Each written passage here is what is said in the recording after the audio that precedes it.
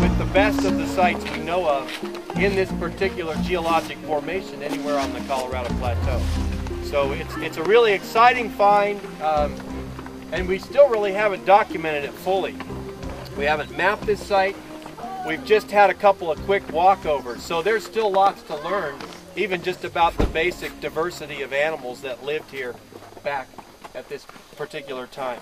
So I've got a little report I wrote summarizing what I know about the site that I'd like to hand out, and I undershot the number of copies by at least half, so I would ask you to please share with your neighbors. We learned that in kindergarten, right? Yeah. So just pass these out. Maybe one every third person will get enough around. Yeah. Okay.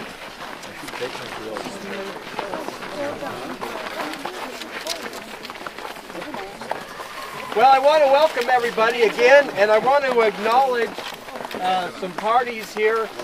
We're very grateful, the BLM is very grateful to Kane County, whose support we have in developing and interpreting the site, and also the local OHV groups, the four-wheel clubs, have been very helpful in not only helping us get these fences up and all that, offering volunteer labor, but helping us patrol the area and get the word out on its significance and the kind of etiquette that we would like to see at the site.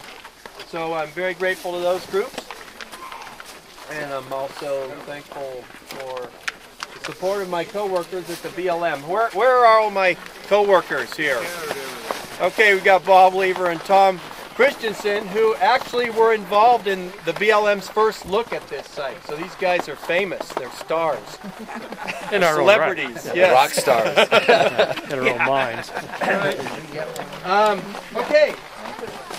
Let's set the stage for the modern context. We're on the north edge of the Moccasin Mountains. The Arizona state line is just south of us. We're standing on one particular geologic formation. Anybody know what that is? What geologic? Yes, we're standing on the Navajo sandstone. Now the Navajo sandstone is about 1,800 feet thick in this particular area. Okay, and the base of it is well below us. We'd have to drill down about 1,000 feet or so, maybe 800 feet below where we're standing to get into the underlying Kayenta Formation. And the top of it's still well above us also. That ridge over there is still Navajo, so we're somewhere in the middle of this 1,800 foot thick stack of sand known as the Navajo Formation. Well, the Navajo Formation has been dated by geologists back between 180 and 190 million years ago. Since we're in the middle of the formation, what do you think I'm calling these tracks? 185. 185. I'm interpolating. I'm extrapolating. Okay, we're at about 185 million years ago. The Navajo is really pretty in the sense that it forms these beautiful slick rock outcrops, but it's also a wealth of information for the paleontologists and the geologists about what this area was like back in the Mesozoic, back when it was still sand being blown around in one of the largest sand deserts ever happen or ever occur on the face of the planet. Okay? So what can we learn about this particular region from the Navajo before we start talking about tracks? Well, the Navajo has all sorts of interesting structures in it that are clues as to the ancient environment, including these sweeping sort of diagonal or inclined beds. These are massive sets of sheets of sand that are stacked one on top of another that indicate wind-blown deposition. These are sand beds deposited by wind, as opposed to water or ice or some other mechanism. So we're standing in a giant pile of wind-blown sand. Can you think of a place today where you see such giant piles of sand? North Africa, Sahara. Yeah, North Africa, just up the road, exactly. I find that one of these really rare geological ironies you know, here we are standing on fossil sand dunes, and they are being eroded and recycled into modern dunes that are now a playground for all of us here in the present time. So it's dunes on top of fossil dunes. The fossil dunes are the source of the modern sand. However, it was a little less hospitable here in the Jurassic than it is today, right? We're in a temperate climate today. You would never have seen this stuff here in the Jurassic, ever. Ever, never, okay? Maybe salt crystals, but certainly not ice. We were located very close to the equator in the early Jurassic, okay, 185 million years ago, probably plus or minus 10 degrees within the equator. You know, continental drift, or I shouldn't use that word, plate tectonics has been moving North America around a lot since then. And as a result, we're right down in the hot tropical zone, and we're also in an area of extensive desert.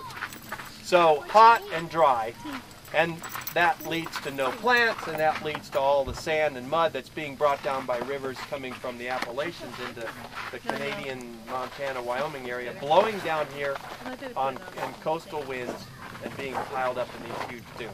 Okay, so you get an idea. We're in this big sand sea, or Now, that's not a very good place for something as big as a dinosaur, or anything for that matter, to make a living, right? It's a really tough go. But every once in a while, you get these rare wind scours or other monsoonal events, incredible amounts of rain that come in just every once in a while and create temporary ponds, lakes, or oases within this vast sea of sand. And around these ponds then, of course, life immediately finds them and thrives. But it's ephemeral. It comes and it goes. And so what we see here is the coming and going of a little oasis somewhere in this huge sea of sand. And it was trampled to death by all sorts of creatures, as we'll see. Now, anybody, just to really firm up in your mind what this was like, because that's what I really want to do, is contrast the present with the ancient. There's a picture, like 2 pages in, that shows an oasis in the Namibian desert in southwestern Africa. And that's about as close as I could come to what this area looked like in the early Jurassic. Okay? All right, so let's head on in and have a look at some tracks. They are. Okay, these aren't quite so distinct as some of the stuff we'll see a little later, but there's definitely some tracks running in a sequence right here, kind of east-west. A lot of these sequences are actually running east-west. I don't know what's going on here. Maybe they're migrating. They were going west. They listened to Horace Greeley. They did? That's right. Yeah. Except they were going east. Well, this is on the return supply trip. Yeah, that's right. Anyway, so this basically marks the north end of this site. Where these are the very northern most tracks that we've documented in here. And just keep your eye out as we head south for any kind of swirl or ring or something that looks unusual within the sand that's not just a straight planar bed. This is older, much older than Allosaurus. This would be something in the Dilophosaurus family of dinosaurs.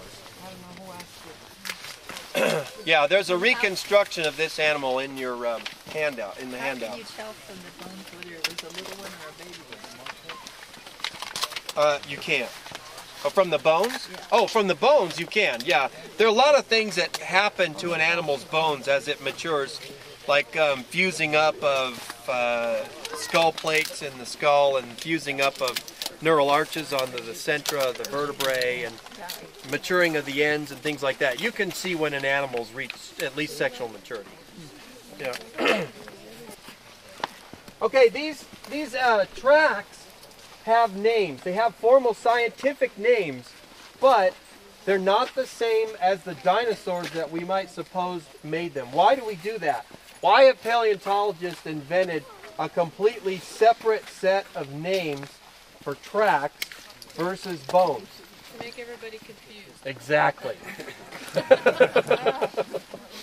Why is that? Because they don't know for sure which animal That's made it. exactly right. There is no way I can, with 100% confidence, relate that particular footprint to any particular skeletal remains. Names are spelled out in the report that I found.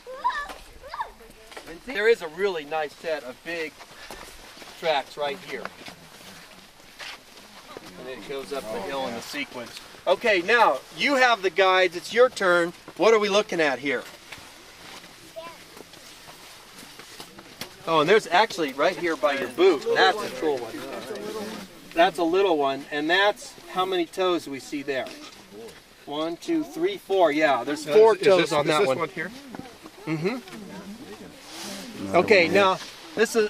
That's a bigger one. Yeah, this one is related to this one, and this is more distinct. We can make this one out a lot better than that one. So let's focus on this one. How many toes does this creature have? 3. Yeah, 1, 2, 3, and it's big, right? So what is it? You guys tell me. Dinosaurs. It looks an awful lot like a Eubrontes. Yeah. So these are heavyweight meat-eating dinosaurs for the time period. Something like Dilophosaurus. I don't know why, but it seems like all the really good tracks are going east-west. Now, explain that for me. Oh yeah, look at this. Okay, here's a nice little trampled zone from some little mammal-like reptile. This is closer in size to what I would expect for Brasilicnium. So this may be that furry little thing in your guidebook. Yeah. My cheat sheet. So they may have been scratching around in the dirt looking for bugs or something. I don't know. And here's an actual set of tracks where you can see the claws. So these are smaller animals scurrying around in the mud. Wow. Okay. This is on its own. It's a really big plant-eating dinosaur. Now there has been some debate, even as of recent, as to whether these are made by really big armored dinosaurs, similar to ankylosaurs, which are the big tank-like things with clubs on their tails, or whether they're made by a big prosauropod dinosaur, which would be sort of the ancestor of Brontosaurus-like things, the long necks. I'm coming down on the side of prosauropod. My personal feeling is these are made by these big long neck type dinosaurs. So these are plant eaters, and these are the biggest plant eaters in the ecosystem. And that's a pretty big animal to try to be scratching a living out of something like the Sahara Desert. Yeah, it seems totally at odds with hot, dry, waterless place. I know. But, you know, even in the Sahara, you have herds of oryx and things like that that can survive.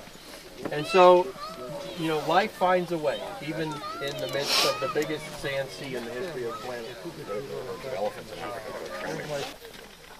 Okay, so I hope you're gaining an appreciation for the diversity of tracks at this site.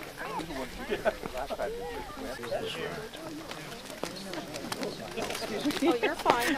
Oops. Wait until we're done. See, I did not find anything on that chart. Yeah. But in this outside, that's where she found. No, I was thinking that just looks like a neat hike. Even if there aren't any more tracks.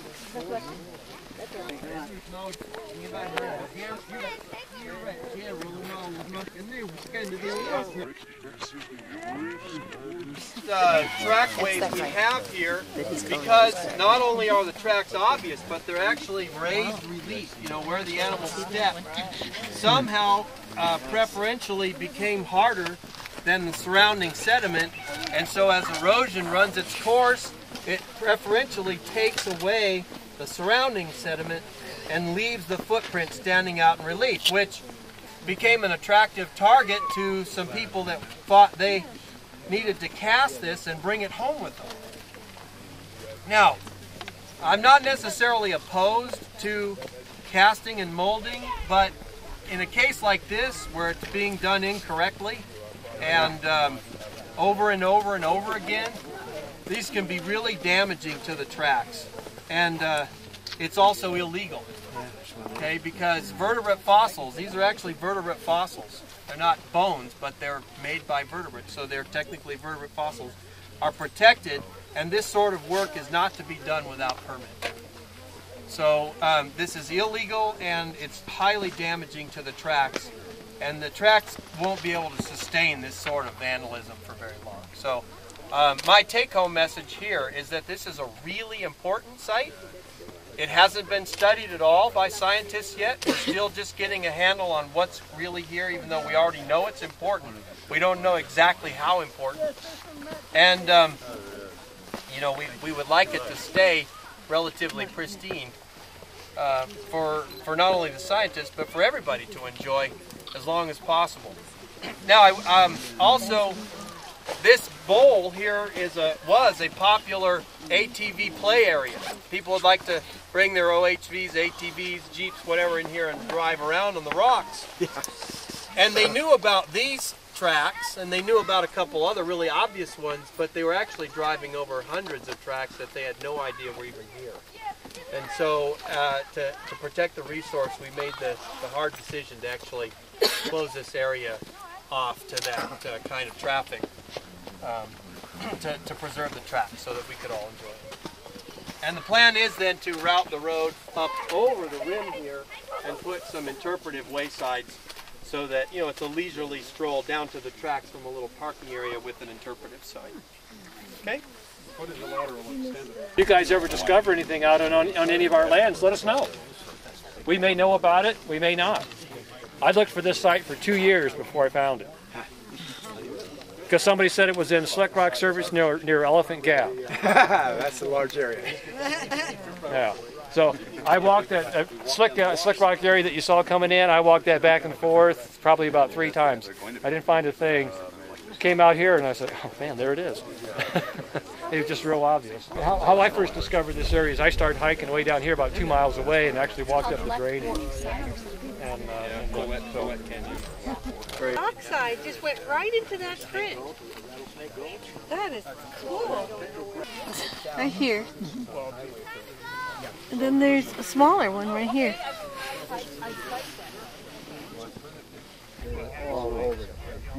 The iron. Yeah, that's close to you, and that's well worth it.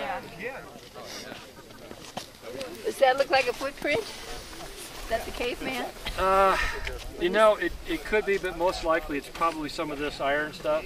Well, It just happens to yes, be in but that shape. Yeah. Yeah, well, they don't think that there's any. I'd have to get Alan over here because I know the tracks do come they're over here in a couple of spots, but I'm if not that sure. was an authentic track, that would be so exciting. You'd have Fleeky here. Is he still alive? We'd have to tell Alan we got a footprint over here. Yeah. But I doubt if it is one. Well, I think it is. Just based on what it's Eve. Well, she was just saying, now wouldn't it be fantastic if we found a human footprint? And they said, there it is. And she looks down and there it is. Well, yeah, well, that's how it was when I said all the hiking I've done. I've never found an arrowhead, and we looked like there's one. Well, I know there are some monkey tracks in the monument jurisdiction that we just somebody just pointed out to us, and they're almost like that in sandstone, and you can almost see the toes. And it's just from kids putting the track in and just walking it all, you know, walking it, and it was a little shortcut probably from out of a drainage to get up high, probably for deer hunting or something. And they actually look like somebody just put their foot in wet mud and then left the track, but it's actually been carved in and then worn in. But that wasn't carved. No, that's not carved. Again, I had to get Alan over here, but it's right here.